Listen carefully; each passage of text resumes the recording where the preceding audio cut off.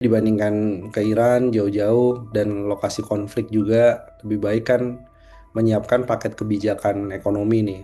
Sebenarnya kita harusnya lebih dekat dengan BRICS ya daripada Hmm. Amerika. Karena kalau sama Amerika kan tetap disuruh untuk impor minyak 225 triliun rupiah gara-gara perjanjian agreement reciprocal trade kemarin. Agak susah ya karena sejak Hmm. kita tanda tangan perjanjian dengan Amerika, kita dianggap sebagai sekutu Amerika. Nah, ini yang membuat sebenarnya politik bebas aktif kita juga agak problem. Hmm. Di saat yang bersamaan kita tanda tangan keanggotaan Board of Peace. Itu juga mendapatkan kritik keras kan dari negara-negara BRICS lainnya. Tribuners Selat Hormuz menjadi salah satu jalur pelayaran paling strategis di dunia yang menghubungkan Teluk Persia dengan pasar global. Sekira seperlima pasokan minyak dunia melewati jalur ini setiap harinya, dan sementara kini Iran telah menutup Selat Hormuz akibat eskalasi penuh dengan Israel dan Amerika Serikat. Tentu saja hal ini memunculkan kekhawatiran global, tak hanya soal keamanan Tribuners, tapi juga dampaknya terhadap stabilitas ekonomi dunia. Lalu seberapa besar sebenarnya dampak dari penutupan Selat Hormuz ini terhadap perekonomian global maupun nasional, dan apa saja sektor yang paling terdampak dan bagaimana strategi untuk mitigasinya? Hari ini kita akan membahasnya dalam program Tribun News on Focus bersama dengan Direktur sekaligus Founder Selios, ada Mas Bima Yudhistira, sudah tergabung melalui panggilan Zoom. Kita sapa terlebih dahulu di sana. Mas Bima, kabar baik hari ini? Kabar baik, Alhamdulillah. Tapi Timur Tengah nggak baik. Alhamdulillah. Apakah Indonesia ini juga sedang menuju tidak baik-baik saja, Mas Bima, akibat dari perang ini? Oh jelas ya, kita negara importir minyak. Begitu ada gangguan minyak di Selat Hormuz, di Timur Tengah, ada serangan kepada kilang minyak di Arab Saudi, Mhm. di Qatar, kapal-kapal tanker juga memutar. Akhirnya ya dampaknya ke BBM, dampaknya juga ke tarif listrik dan subsidi yang semakin berat nih buat Indonesia. Mhm. Baik, Mas Bima, mungkin sebagai pengantar nih sebelum kita berbincang Hmm. atau berdiskusi lebih jauh begitu ya. Konflik Iran dan Israel ini juga bukan hanya sekedar isu geopolitik, tapi sudah mengguncang ekonomi global, Mas Bima. Kemudian seberapa serius ancaman perang ini, Mas, terhadap stabilitas ekonomi dari dunia sendiri? Iya, yang kita sudah lihat sekarang ini adalah harga minyak mentahnya sudah tembus Mhm. untuk Brent lebih dari $80 per barel. Ekspektasinya bisa 100 sampai $120 per barel.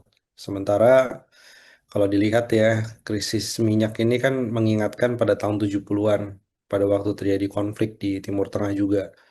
Dan itu akibatnya hyperinflasi di banyak negara, kemiskinannya juga naik, ya. Habis dari energi, dia akan diteruskan kepada pangan, kepada perumahan, kepada kendaraan bermotor. Jadi implikasi spiral efeknya akan kemana-mana.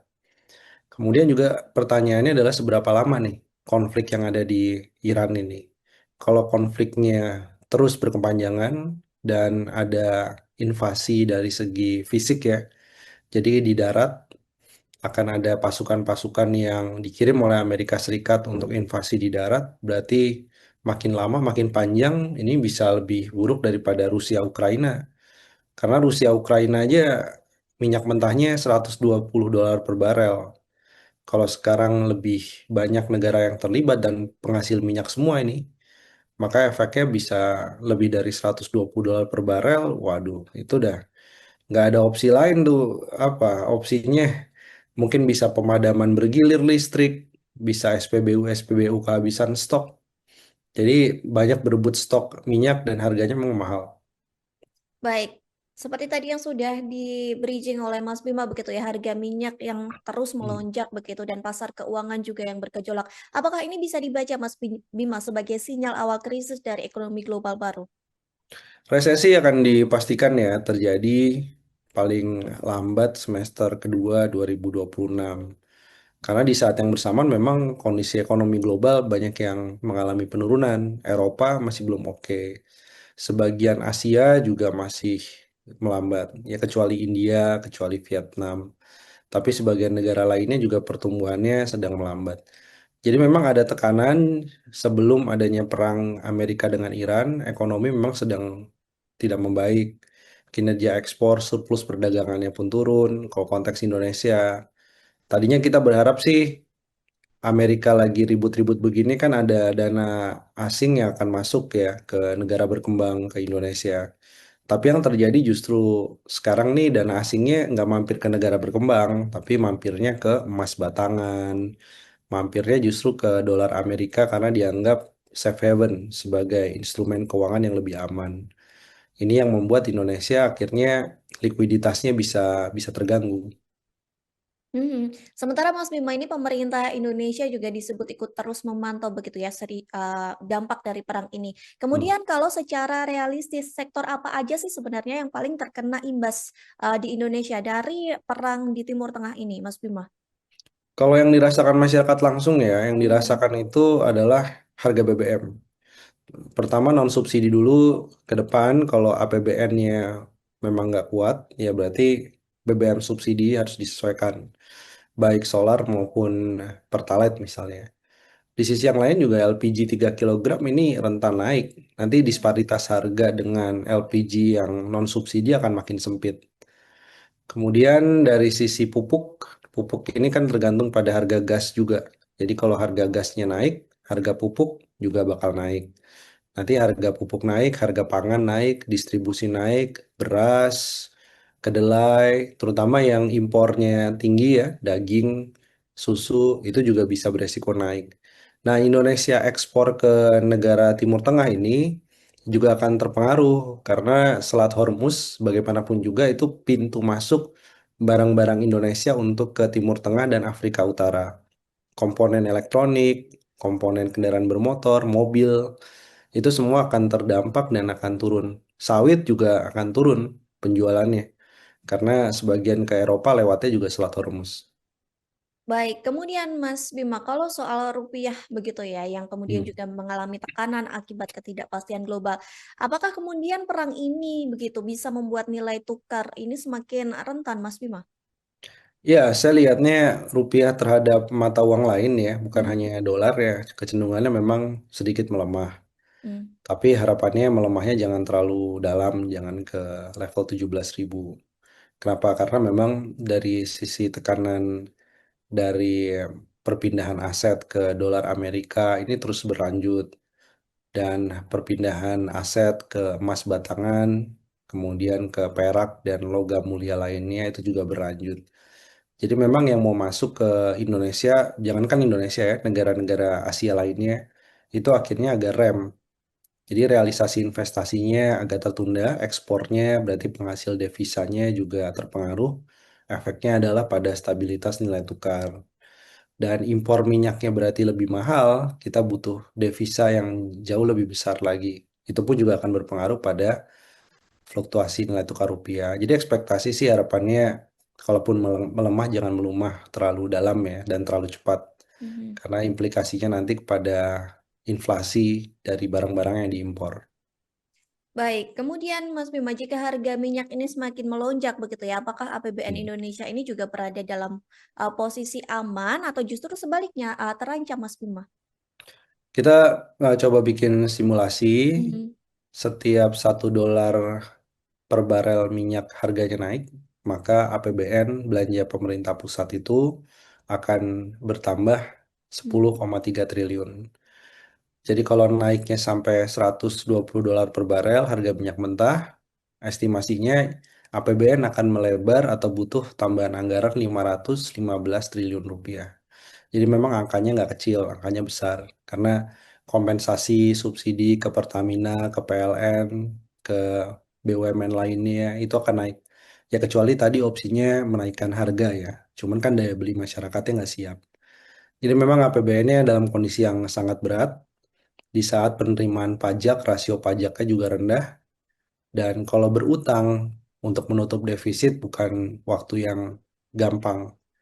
Suku bunganya naik, berarti beban utang pemerintah yang hampir 10.000 triliun rupiah itu juga semakin berat.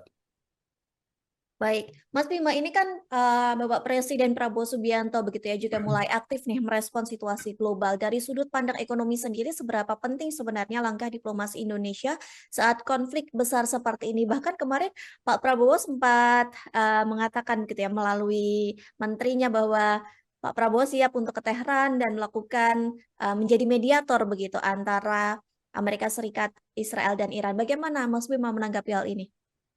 Ya, saya pikir sih daya tawar kita apa ya, dan Ali Khamenei, pemimpin tertinggi Irannya juga udah meninggal. Mau negosiasi dengan pemerintahan Iran yang baru pun juga nggak mudah. Jadi sebaiknya sih fokus pada mitigasi domestik. Hmm. Jadi dibandingkan ke Iran jauh-jauh dan lokasi konflik juga lebih baik kan menyiapkan paket kebijakan ekonomi nih, sedia payung sebelum hujan. Jadi apa yang bisa disiapkan ya salah satunya rombak dari APBN, ada prioritas anggaran yang harus bergeser, misalnya makan bergizi gratis, Kopdes Merah Putih. Sekarang pilihannya prioritasnya menjaga daya beli masyarakat, biar harga BBM-nya nggak naik, tarif listriknya juga nggak naik, berarti harus ada pergeseran ke subsidi energi. Selain itu juga harus ada stimulus tambahan nih, karena ini kan momentum Lebaran. Mhm. Harusnya jor-joran aja, bukan hanya THR kepada ASN, tapi juga ada bansos bagi pekerja rentan, pekerja sektor informal, itu diperbanyak. Jadi orang lebih punya tabungan, sebagian juga bisa belanja, terutama pasca Lebaran. Jadi kalaupun ada shock ya terhadap harga-harga barang yang mulai naik, masyarakat masih punya spare uang untuk bisa bertahan hidup. Ini yang harusnya jadi salah satu kunci mitigasi ekonomi. Pajaknya juga kalau bisa PPN-nya turun. Jadi PPN-nya diturunkan dari 11 menjadi 9%. Jadi orang nggak akan kerasa begitu ada kenaikan harga karena sudah terkompensasi pada penurunan tarif PPN. Baik, itu langkah-langkah mitigasi begitu ya yang bisa dilakukan Hmm. Pak Prabowo. Tapi apakah langkah diplomasi Indonesia terkait konflik ini mungkin dengan negosiasi terhadap negara-negara lain begitu? Apakah itu juga penting, Mas Bima? Itu penting untuk membuka semua channel. Sebenarnya kita harusnya lebih dekat dengan BRICS ya daripada Mhm. Amerika. Karena kalau sama Amerika kan tetap disuruh untuk impor minyak 225 triliun rupiah gara-gara perjanjian agreement reciprocal trade kemarin. Mhm. Tapi kalau dengan BRICS kan kita bisa melakukan kerjasama pembangunan energi terbarukan, bisa bangun panel surya tuh untuk yang program 100 gigawatt, angin, air. Jadi kita nggak bergantung pada minyak nih. Nah, BRICS ini menawarkan teknologi, menawarkan juga investasi. Sebenarnya kalau kita mendekat ke BRICS, jauh lebih untung nih kondisi sekarang. Mhm. Kan negara BRICS-nya nggak ikutan. Ya ada Iran memang, tapi di luar dari Iran, China, India, kemudian Rusia, itu kan masih menahan diri untuk terlibat langsung pada konflik. Nah, jadi kita harus bisa berdiplomasi dengan negara-negara yang relatif ya tidak masuk dalam pusaran konflik. Baik. Sementara kemarin Mas Bima, Pak Prabowo ini juga melakukan pemanggilan begitu ya terhadap para menterinya terkait penutupan Selat Hormuz. Sementara juga publik menyoroti lagi-lagi Menteri SDM Bahlil Lahadalia begitu yang mengatakan cadangan minyak di Indonesia ini cukup untuk 20 hari begitu dan publik ini sudah mulai heboh dengan pernyataan dari Menteri Bahlil. Bagaimana Mas Bima melihat hal ini? Ya, kita sejak dari negara net importir makin turun memang stoknya. Mhm. Jadi kalau cuma 20 hari ya begitu ditutup dan semua negara sedang berebut ya, ya siapa yang bisa membeli dengan harga mahal akhirnya kan? Jadi ada dua masalah. Satu pasokannya nggak ada, yang Mhm. kedua harganya mahal. Nah disinilah kita nggak punya solusi lain kan? Karena kalau dari dalam negeri aja minyaknya nggak cukup. Jadi kita terus mengalami penurunan juga produksi minyak dalam negeri. Makanya kalau disuruh milih apakah kita harus cari stok minyak dari negara lain, nggak mudah. Maka yang paling mungkin adalah ya harus menurunkan konsumsi BBM domestik. Caranya gimana? Nah sekarang kalau di transportasi publik, ya caranya ya pakai dorongan transportasi publik yang bagus. Harus dipercepat nih pembangunan transportasi publik. Jadi kendaraan bermotor yang menggunakan BBM turun. Kalau mau elektrifikasi, mau pakai kendaraan listrik ya silahkan. Nah, tapi kalau bisa sih didorong untuk transport publik dulu. Jadi BBM-nya konsumsinya bisa agak menurun. Selain itu juga ya harus ada di pembangkit listrik tuh 85% kita masih pakai fosil. Jadi ini juga bukan hanya soal BBM transportasi, tapi yang beresiko tinggi adalah terjadinya gangguan pada pembangkit tenaga listrik karena kekurangan stok dari minyak dan juga BBM. Makanya harus ada solusinya ya loncat ke transisi energi untuk yang pembangkit listrik. Mhm. Kemudian Mas Bima, Indonesia ini juga sering disebut sebagai negara netral begitu ya dan punya posisi strategis. Hmm. Apakah kemudian secara ekonomi ini Indonesia punya kepentingan untuk menjadi penengah konflik, Mas Bima? Agak susah ya karena sejak Hmm. kita tanda tangan perjanjian dengan Amerika, kita dianggap sebagai sekutu Amerika. Nah, ini yang membuat sebenarnya politik bebas aktif kita juga agak problem. Hmm. Di saat yang bersamaan kita tanda tangan keanggotaan Board of Peace. Itu juga mendapatkan kritik keras kan dari negara-negara BRICS lainnya. Jadi negara-negara BRICS memandang Indonesia udah berpihaknya ke Amerika. Nah, ini yang membuat kita akan sulit memainkan posisi sebagai apa juru damai atau broker ya di dalam perang yang terjadi di Timur Tengah. Ini situasinya akan sangat jauh lebih berat bagi Indonesia. Jadi sebaiknya fokus ke Indonesia dulu aja. Baik, kemudian Mas Bima, skenario paling mengkhawatirkan adalah gangguan Selat Hormuz yang dilalui sekira seperlima pasokan minyak dunia dan jika itu memang terjadi, apa dampaknya bagi ekonomi global maupun Indonesia sendiri, Mas Bima? Ya, satu Selat Hormuz, yang kedua adalah gangguan di semua jalur pipa gas dan jalur distribusi minyak dunia, pelemahan ekspor. Jadi kalau itu semua bersatu, faktor-faktor tadi ya kita khawatir menghadapi hyperinflasi. Hmm. Jadi kita balik pada skenario tahun 1960-an dulu ya. Inflasi kita 500%, kemudian ada centering, pemangkasan uang. Jadi kebijakan-kebijakannya adalah kebijakan yang memang akan memberatkan dari daya beli. Jadi nanti pilihannya dua, mempertahankan rupiah Hmm. atau kemudian melakukan kebijakan-kebijakan yang akan kontraproduktif gitu ya terhadap rupiah tapi daya belinya selamat. Jadi memang situasi sekarang ini playbooknya adalah playbook tahun 1960 sampai 1970. Krisis Timur Tengah akan memicu terjadinya kenaikan harga-harga barang dan tekanan pada industri, PHK massal. Jadi sekarang saya belum juga mendengar ya paket untuk menanggulangi PHK massal. Hmm. Ini juga menurut saya juga penting perlindungan sosial.